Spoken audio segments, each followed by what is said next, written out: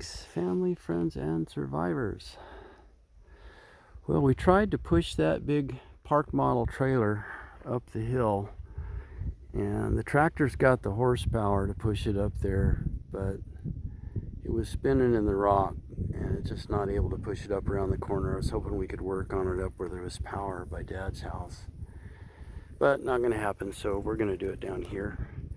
Found a level spot. And so this trailer was donated for U-Turn, a U-Turn for Christ, for women. And you know, I do ministry with U-Turn. And we had 6.5 acres with a barn and a paddock and another double wide mobile home that was donated to us to form a women's U-Turn. And that just wasn't anywhere big enough for what God had in mind. What he has in mind is so much bigger and so much better than that. So really big things coming up for a women's U-Turn in Oregon, but I can't share it with you right now. So that means this thing goes back to me. So Carol and I are thinking about fixing this thing up and moving it up on the mountain.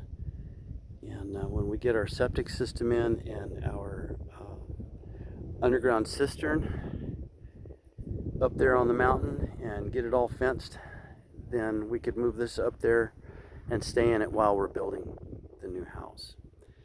And so that makes it worthwhile to go ahead and fix this thing up. And again, what the Lord had in mind for U-Turn is just about turnkey and a whole lot more acreage. I'm just so blessed, it's amazing, but I can't tell you about it right now. We'll have to wait. So this thing, really what it needs is a floor repaired.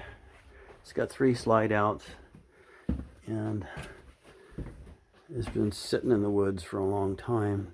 The kitchen is plenty serviceable, and the cabinets aren't warped or broken or rotting. It's clean. All of that, water heater and the forced air unit and all of that. I think the air conditioner on the roof has been moved, but really the only repair it needs is the floor right there. The floor is sagging, so I have to saw all that out and then repair that. And I don't think that's going to be a major job. So what we could do very easily, if we move this up on the mountain, let's get room in the back for a queen size bed. And in here there's room for a love seat that's a hide-a-bed and still have a dinette here. And then Dad could sleep in the hide-a-bed right here when he comes up to help us work on the place.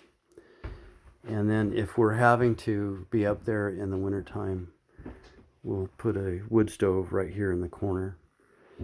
And I've seen a lot of those up on the mountain. There's actually many fifth wheel trailers with wood stoves in them.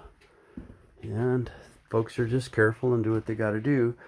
But I just talked to a friend of mine up there who's a neighbor up on the mountain, and it's been 10 degrees in the morning all week long. And you don't want to freeze your plumbing.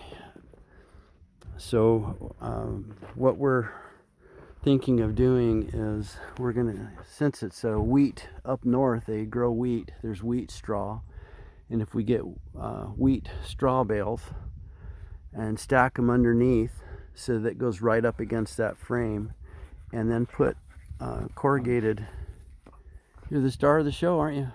Corrugated roof metal underneath. It's dug down a couple inches into the ground so critters can't get under there, and that will keep your pipes from freezing till we had a chance to get the house built. Anyway, it's a thought. We'll let you know how it goes.